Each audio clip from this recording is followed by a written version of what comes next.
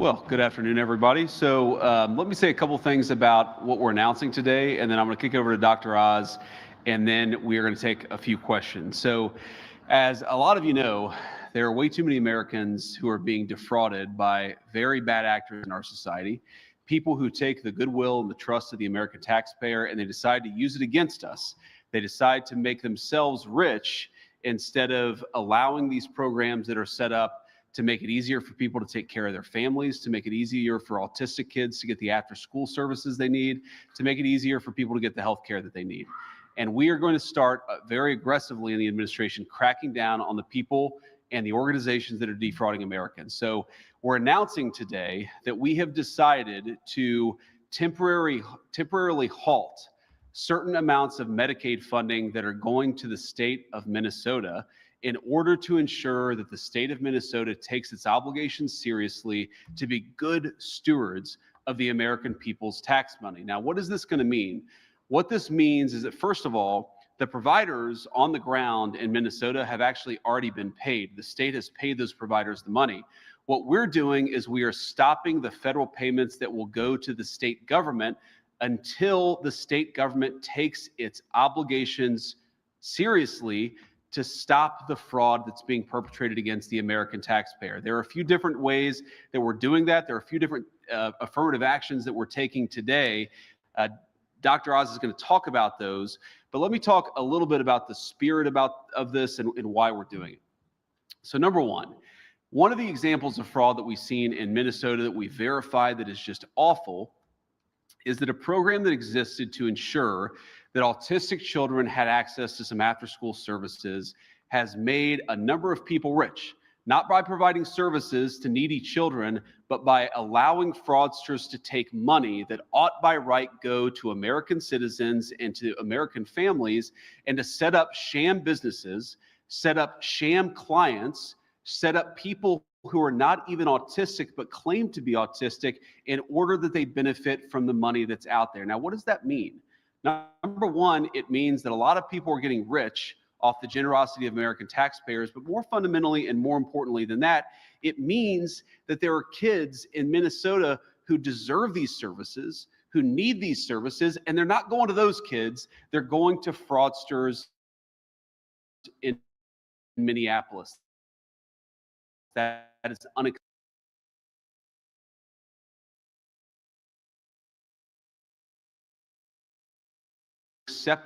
and that's the sort of thing that we're cutting off with this action today. Let me make one final point about the spirit of this. You know,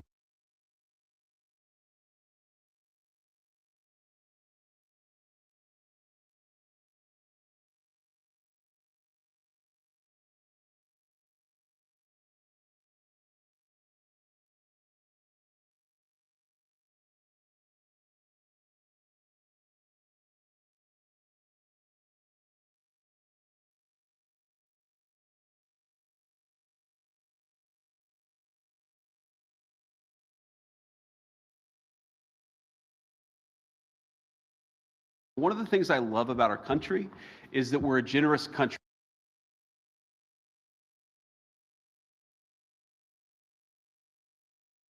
Of our take care of card and play by the rules. We recognize that we're all in this together, and part of the reason why we have Medicaid, or part of the reason why we have food stamps, part of the reason why we have these programs is we want to make sure that kids who grow up in families not all that different from the family that I grew up in, that they have access to the basic necessities: food, medical care, after-school services when their family needs them but they're unable to pay.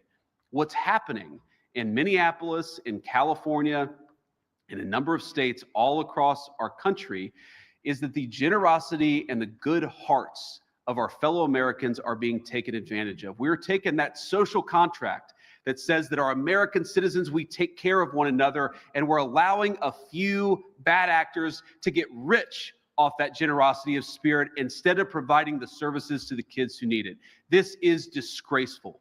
It has happened for too long. Far too many people have gotten rich by taking what is the best of the American spirit and getting rich off of it instead of providing services to kids who need it. That is stopping today. We're taking a whole of government approach in the Trump administration to take this fraud seriously.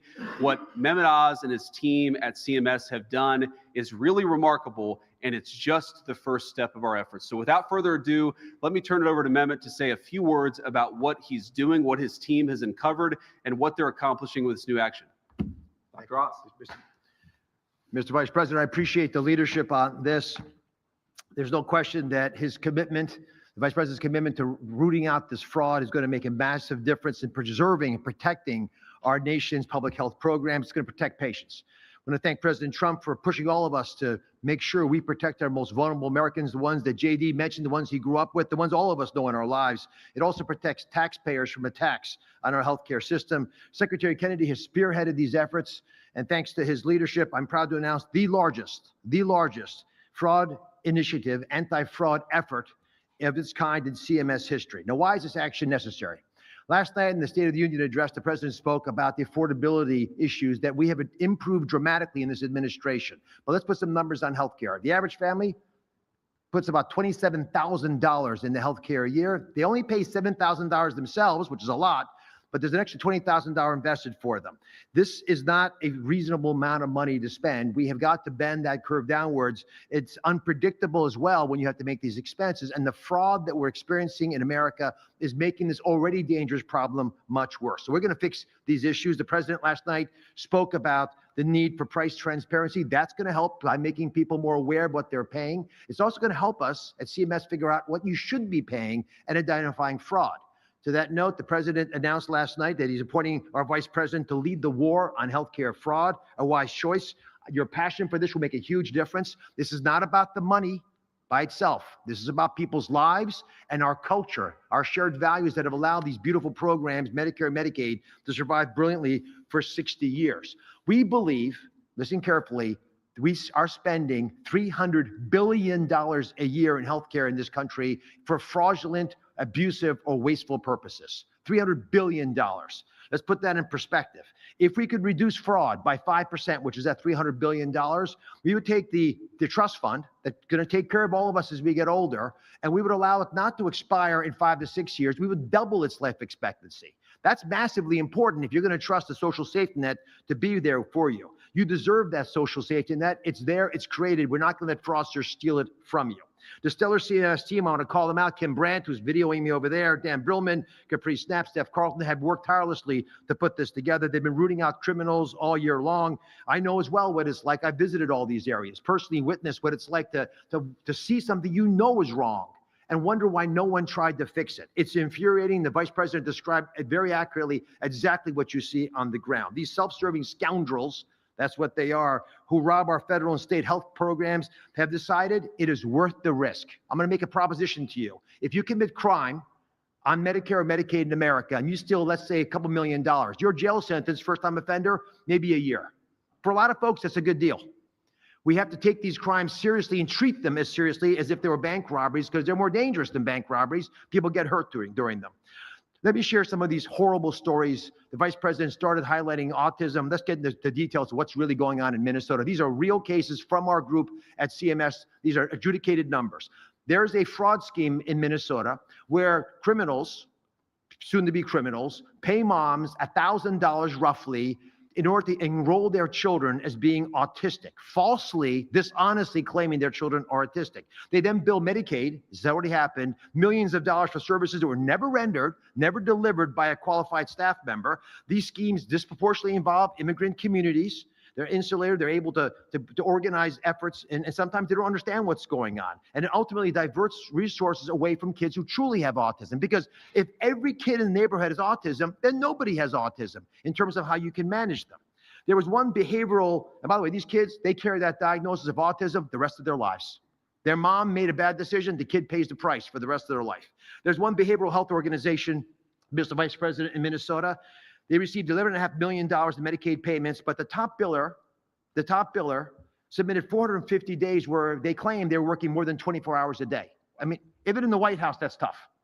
It's hard to work more than 24 hours a day. How it didn't get picked up is shocking to us at CMS. There are other red flags in Minnesota, including hundreds of beneficiaries receiving treatment linked to one location, which was impossible physically to be true. We had 8 beneficiaries in one of these substance use disorder centers, 8 who were already dead, but the center was still billing us. Not only did they let the person pass, they kept billing for it. That's the level of average we're talking about. So CMS is done paying and chasing. We don't think jail sentences are the right way out. These criminals flee the country. Many are foreign nationals. Instead, we're launching the largest action against fraud that we've ever taken. The money's not going to ever leave the building again. We're going to start draining the swamp of the crooks that have inhabited it and are defrauding us. There are 3 bold actions. The first, and for many of you, maybe the most important, is we're going to, for the first time, take a massive action to defer funds to a state. Let's start with this Medicaid program in Minnesota, which serves pregnant women. Medicaid takes care of our children. 53% of kids are born in the poverty. They're supported through Medicaid. Disadvantaged seniors, individual disabilities. It's unponderable that you would take advantage of these precious programs, yet they're putting it at risk, all of it, by stealing the money. So it's our duty to preserve Medicaid, and what we're going to do is identify the scammers, which we have done in Minnesota. We've identified that they've hijacked, in particular, a certain part of the Minnesota Medicaid system. Said differently, and I'll just put the numbers out there, it's going to be $259 million of deferred payments for Medicaid to Minnesota, which we're announcing as I speak to Governor Walz and his team. And that's based on an audit of the last 3 months of 2025. Restated, $250 million is not going to be paid this month to Minnesota for its Medicaid claims. Now that's $250 million of money. That's your money. It's your taxpayer money. And these home and community-based services, which again are services that are typically things you would do for your family, but for whatever reason your family's not there to provide them, are very hard to audit. And for that reason, there's been a lot of slippage. The guardrails have not been well maintained. And if you're not serious about the integrity of the program, you'll see these problems happening in your state, which is why Minnesota's not alone, although they're the first to receive this action. These high growth areas of fraud are difficult to police, so we require the states to take these issues seriously. This $250 million deferment is hopefully going to get on the radar screen for the state of Minnesota and make sure they are responsive to our requests. We did what any honest and patient-focused agency would do. We have notified the state and that we will give them the money, but we're going to hold it and only release it after they propose and act on a comprehensive corrective action plan to solve the problem. If Minnesota fails to clean up the systems, the state will rack up $1 billion of deferred payments this year. Governor Walz has 60 days, sir, to respond to our letter. And if providers and beneficiaries are worried about getting their money in services, please call your governor. These are services the governor has already paid for. We are just not reimbursing the state. To make it clear, there is a rainy day fund in Minnesota, so we are very confident that people will not be hurt in Minnesota. This is not a problem with the people of Minnesota. It's a problem with the leadership of Minnesota and other states who do not take Medicaid preservation seriously. Any delay in services is going to be, should be laid at the seat of Governor Walz. I believe he will take this seriously. They're not the only state that's floundering. We have more announcements from other states coming soon. Second big issue has to do with Medicare. So that was Medicaid in Minnesota, takes care of our most vulnerable populations. Medicare takes care of our seniors.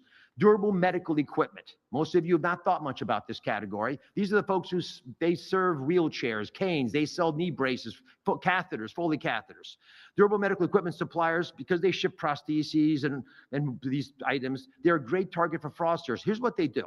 They can steal the beneficiary number and they never ship the product. They pretend to ship the product, but nothing ever gets sent out. So there's no cost of goods sold, there's no inventory, there's no payroll, no one works in the place, it's empty. But they generate millions of dollars of fake bills. There was a national DME fraud scheme that generated $1.1 billion recently in fraudulent orthotic brace orders. The beneficiaries whose numbers were stolen and used, they couldn't get those products. Imagine if you're on an insulin pump and someone steals your number and orders an insulin pump fictitiously, bills Medicare, and then you come and want to get this to deal with your diabetes. You don't get it. That actually happened. And what happens to those patients? They don't know if their blood sugar's so high or so low that they might die. That's the risks that we're allowing by not taking this seriously. So today, issue number 2 is we're announcing a 6-month national moratorium blocking all new enrollments for durable medical equipment, prostheses, orthotics, supplies across the board. These crimes are becoming a major source of fraudulent activity. And I'll just mention, Mr. Vice President, South Florida. You ever go to McDonald's? Yeah. Too much. We had rehearsed this. So there are twice as many durable medical equipment suppliers in South Florida than McDonald's. Wow. And that's not because Secretary Kennedy is closing down McDonald's.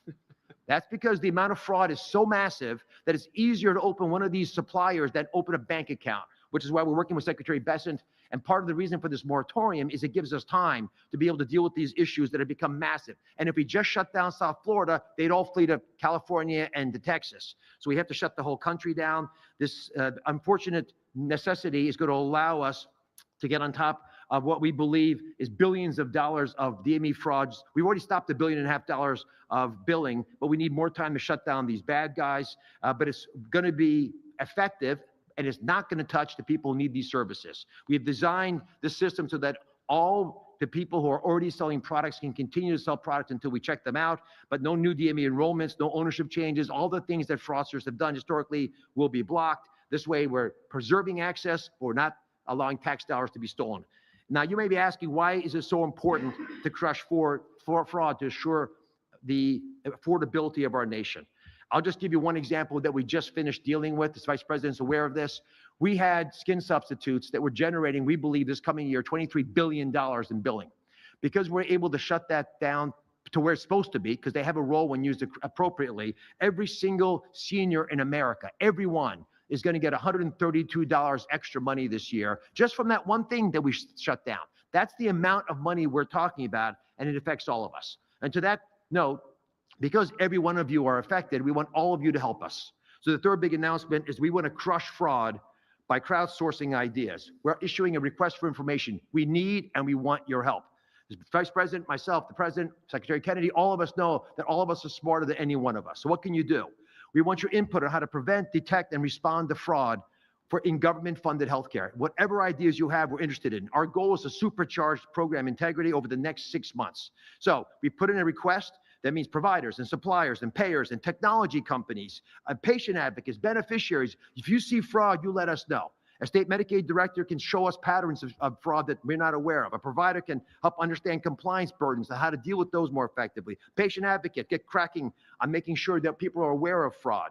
And like we have done already this year by pulling in those kinds of ideas, we've stopped almost $6 billion from leaving the building, but that leaves a lot more out there that we can take advantage of. So over the next 60 days, the Crush Initiative we just issued is us asking you to help us build something better, to help the brave patriots out there who want to play a role to play a role. Call 1-800-HHS-TIPS if you see fraud, or just go to cms.gov/fraud. Those are simple, easy ways for you to help us address the problems the Vice President highlighted.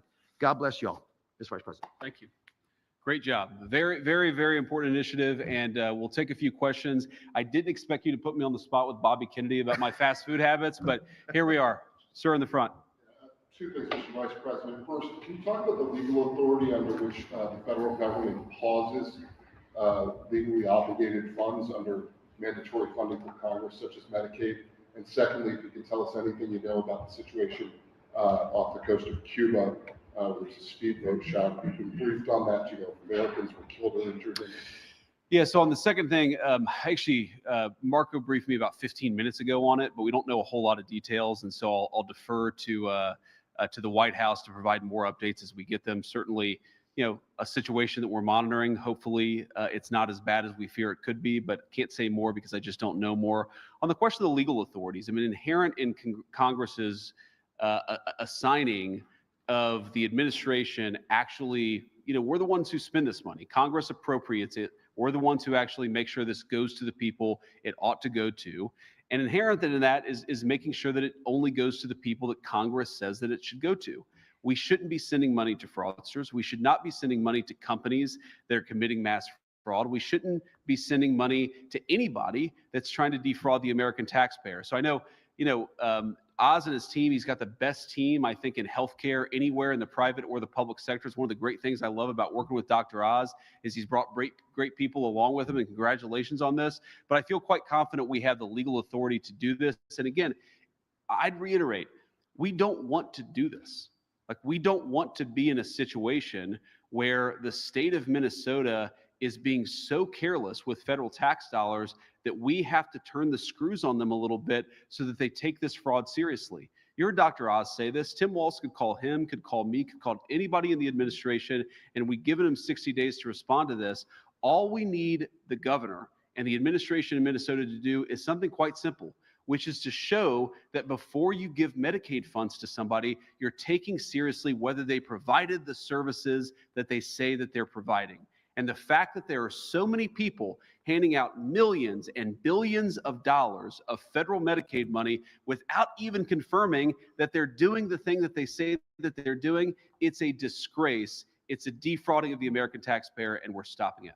Caitlin. Thank you, Mr. Vice President. Two questions. One, on the 60 days that Governor Walz has to respond, what exactly is the condition that he needs to meet for this funding to be released back to his state? I just wasn't really clear on that. And secondly, on Iran, while you're here, can you explain to the American people why the United States would need to strike Iran to stop them from getting a nuclear weapon if the United States obliterated their enrichment program last summer? Well, I'm not going to make any news on Iran today, Caitlin. I'll let the president make those announcements. As you know, he is sending 2 of his best negotiators to Geneva tomorrow in order to continue to try to strike the best deal possible for the American people. But the principle is very simple. Iran cannot have a nuclear weapon. If they try to rebuild a nuclear weapon, that causes problems for us. In fact, we've seen evidence that they have tried to do exactly that. So the president sending those negotiators to try to address that problem, as the president has said repeatedly, he wants to address that problem diplomatically, but of course the president has other options as well. On what we need to see from Governor Walz, I'll say something about that briefly and then turn it over to Dr. Oz.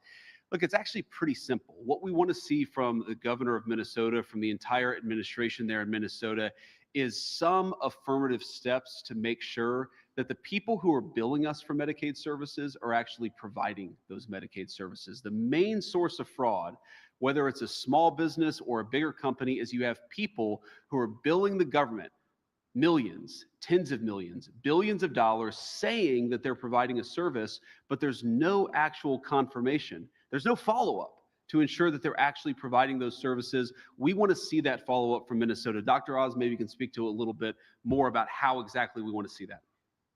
Let me combine both these questions. So on December the 7th, we sent a letter to Governor Walz asking for a corrective action plan, which is a mechanism for us to extract from the state what they think they can do to fix the problems. The answer we got back at the end of the month, which is what the deadline was inadequate. We alerted them to this. We issued guidance that we were going to defer income based on an audit of last quarter's money. So we actually went dutifully through all of the bills that were sent to us. We found that of these high-risk services, roughly half of them, you really couldn't trust the data we were looking at. It's not that the numbers don't add up. The backup to the numbers is not there. So what do we need to have happen? We need to know that the providers actually are the real providers. Oftentimes, there's no person that you can associate with the treatment itself. We need you, after you adjudicate who these providers are, make sure they're not already in trouble for doing bad stuff, and then evaluate all the current providers to make sure they're supposed to be able to provide these services. And there's a whole slew of tools that we can use, including checking before you pay the bill that the bill is legitimate. That prepayment review is incredibly important. It's cumbersome. It's clunky. We wish we didn't have to do it. But I'm going to highlight something that the Vice President mentioned. These are services that we normally would not pay for. They're services we give to you because your family can't do them for you. If it's a hernia operation, there's a dozen people who have credentials, licensing. We can use a scar. But if your service is transporting you to the doctor's office and you can't tell me who actually drove the car and why they billed so much, and did the patient even go to the doctor's office, then we have to do our job, which you would want us to do, which is to ask for some backup. And there wasn't any backup. So to echo 60 days, that's the deadline. We expect to hear back. We've been following the rules meticulously to do this correctly, which is one of the reasons we're optimistic will be effective in Minnesota. Great. Mr. Vice President, I'm just wondering about this huge universe of fraud that you're talking about, $300 billion. Like, how did you arrive at that number? What number is realizable in terms of savings? And you've mentioned California. You've said that you're going to move on to other states. Can you just give us a kind of snapshot of where you see that? And are all of the states that you're going after and where you see these problems ruled by Democratic? I mean, California and Minnesota are Democratic-run states, so it's a little bit of a preview. Well, you said ruled by Democrats. We didn't use that word. You did. But here's what I'd say. $300 billion in the grand scheme of how much the federal government spends on healthcare services, it sounds like a ton of money. It's actually, the federal government spends well over $1 trillion in providing medical services to the American people. And based on what we've seen, based on the amount of services that we've seen that have been billed that are fraudulent, and also based on the fact that in a number of blue states, and this is true as far as I know only in blue states, where you have illegal aliens encouraged to get on the Medicaid program, we actually think $300 billion may be conservative. And we certainly, our ambition here is to get as much of that money back for the American taxpayer as possible. Again, we're taking the social safety net. We're taking something that exists for the benefit of people who can't pay for medicine on their own. We want to help our fellow Americans. We can't do that if those programs are being defrauded by people who either shouldn't be here in the first place or have the legal right to be here but are committing criminal acts by defrauding these systems. Can I clarify one number? Go ahead, please. Just on the numbers, the $300 billion is from the Kaiser Family Foundation assessment of estimated 5% fraud in all healthcare, not just federally funded healthcare. So it's 5% of the total, roughly $6 trillion. We spend almost close to $2 trillion, $1.8 trillion of federal monies. So the federal portion will be about $100 billion. And we believe much of that would be achievable. It's not fraud, it's fraud, waste, and abuse altogether. Sorry. Yep. No, man. Thank you very Yeah, you can go first and then you. Okay. Thank you very much, Vice President. As you know, the Kurds have been loyal allies to the United States for decades. You're fighting dictatorship in Iraq. We're fighting terrorism in the region. And recently, President Masoud Barzani worked closely with the U.S. Special Envoy to Syria to help find a peaceful solution to the conflict there. How do you see the future of the strategic relationship between the Kurdistan and the United States of America? Well, look, let me be brief here because we're here to focus on the fact that way too many people are defrauding the American population. But, you know, we have a great relationship with the Kurds. The president loves the Kurds. I know that the entire administration, we've had great contacts and great friendships with the people, the Kurdish people in various countries all over the world. And look, our attitude is we want those people to be able to live in peace and harmony and prosperity with their neighbors. We've pursued a foreign policy of peace in part because we want the Kurdish people, but also the Arab people who live there, the Jewish people who live there, the Christians. We want everybody to be able to live in peace. And that has been the main focus of our policy in Syria. It's been the main focus of our policy really all over the world. Ma'am? Yeah. No, let's, thank you. How do you intend to make sure that the consequences of ending these fraud programs in Minnesota don't impact the people who are enrolled in Medicaid? And at a bigger picture, how do you think that the polls show that Democrats historically have the advantage on healthcare? Do you think that these efforts on fraud might change that for Republicans? Yeah, I'm not really worried about the politics. I'm worried about the justice of it all. I think it's offensive that American taxpayers pay into these programs and they are defrauded. And I think in some ways, more significantly than that, it's really sad that American children who need these services aren't able to get them because it's going to fraudsters instead of somebody else. So here's what I think. I mean, look, we're certainly going to make sure that our anti-fraud efforts go after the fraudsters and not after anybody who actually benefits from these services. But I actually think the question is a little off in a way, because the problem is not going after the fraud. The problem is the fact that these programs are being defrauded to begin with. They will not exist. Our social safety net will disappear unless we take fraud more seriously. So what I'm most worried about is that unless we preserve these programs for the next generation, they're going to disappear and all the money is going to go to fraudsters. Go ahead. You're mentioning a lot about justice of it all. So what exactly would that look like? Dr. Rice mentioned that jail sentences aren't necessarily the right way to go. Is there a way possible to get back? Ways to get refunds? Do you want restrictions on that? And then have follow-up questions. Yeah, I mean, look, there are certainly ways to claw some of the money back. It depends on the circumstances of the case. When you're talking about hundreds of billions of dollars potentially in fraud, that's a big universe of cases. There are different ways of anticipating it. You know, you heard Dr. Oz say some of these people, they will commit a crime and then leave the country. Obviously, we're not going to prosecute people who aren't even in the United States anymore. But I really do think that criminal penalties for some of these fraud cases have to happen. We have to make sure that we stop the fraud being committed against the American people. And if you violate the law in the process of defrauding American citizens, you ought to face the full consequences of the law. And then on that, you said a few weeks ago that there would be a new assistant attorney general position Yep. to advance this effort. Can you give me an update on the timeline for when we might see a name announced, when you want Senate to start working on confirmation? Yeah, so I believe we have the name announced. I would say that Colin is on the Hill maybe today or yesterday. Colin will be the new AAG to help us combat fraud. I believe he's had great meetings all over the Hill today as part of the Senate confirmation process. I think he's impressed a lot of people. He's certainly impressed me. And again, we have a whole of government approach. I mean, what Dr. Oz is doing at CMS is very, very hard work, but it's not the only thing. We're trying to buttress it with a whole of government approach. Scott Bessent at Treasury is going to work on this. We're going to have our great Department of Justice work on this. We want to take this seriously because it's a serious problem for the American people, and so we got to fix it. Go ahead. Will the way that you're handling fraud in Minnesota by withholding this Medicaid reimbursement serve as a playbook for how you'll handle it in other states, or are there other tools that you'll be using that would help you? Well, I think you can, certainly. There are certain things that we're doing in Minneapolis and Minnesota that we're not going to be able to do in other parts of the country because the fraud is going to be different in each place. But yeah, I think this basic model of saying to people, hey, you get a massive amount of money to provide a service to people. Did you actually provide that service?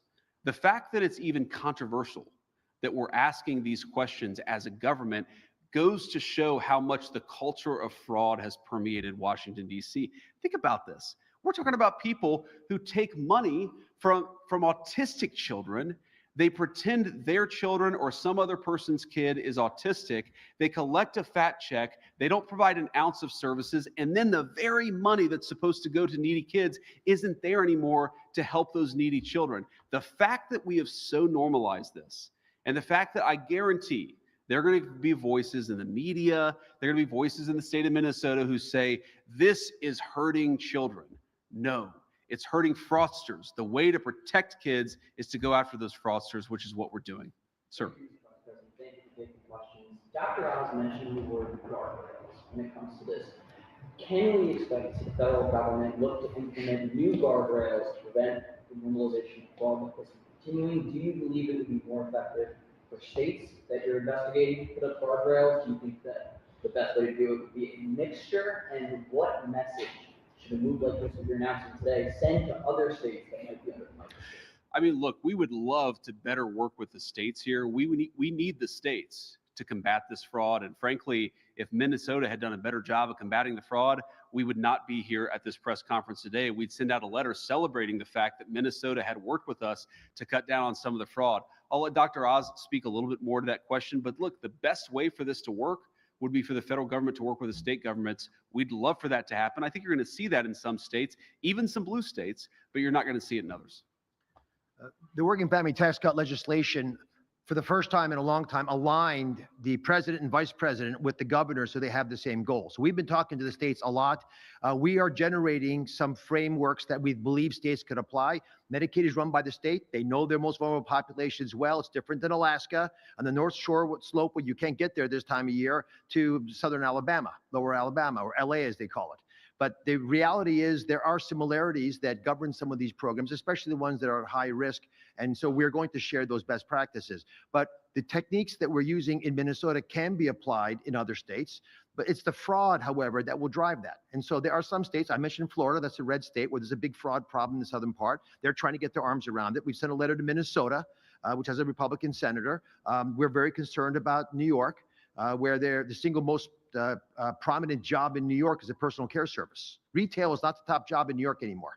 And so in California, there are more hospices, I believe, in Los Angeles County alone than the rest of the country.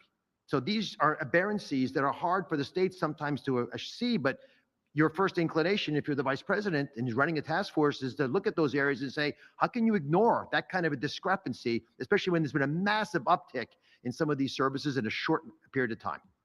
Great. We'll take just one more question here, sir. What is your message to the people of Minnesota who are still upset by the ICE surge as well? And this is just one more thing on top of that.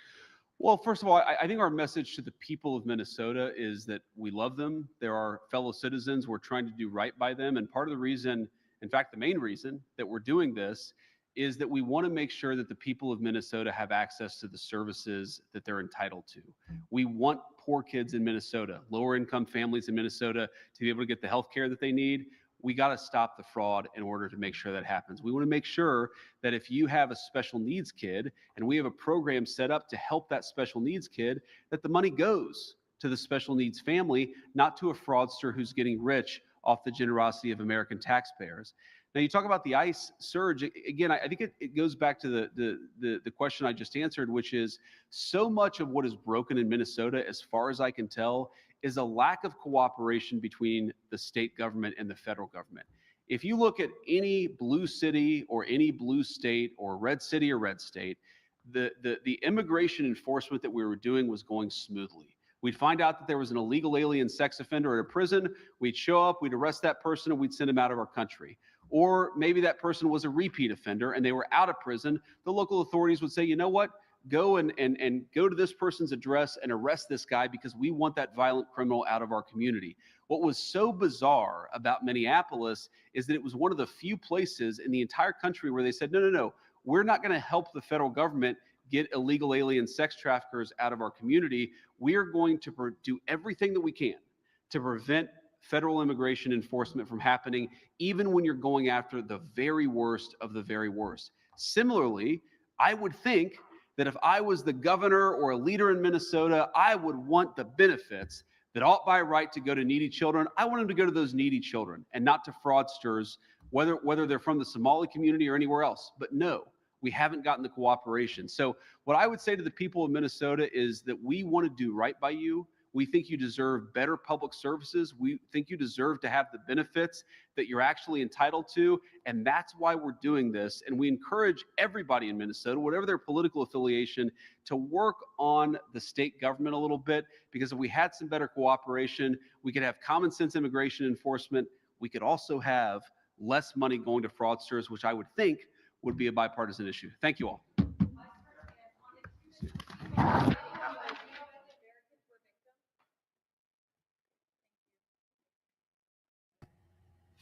Thank you all. Thank you all for attending this particular. It was kind of quick. It was kind of abrupt. We will be back later with content. Please hit the like, share, and subscribe. We will be back with more content, of course. I've been gone for the past several days, just using the phone. Now I am back at work. I am back here. Please hit the like, share, and subscribe. We will be back. Definitely be back. Of course, we'll be back. Of course.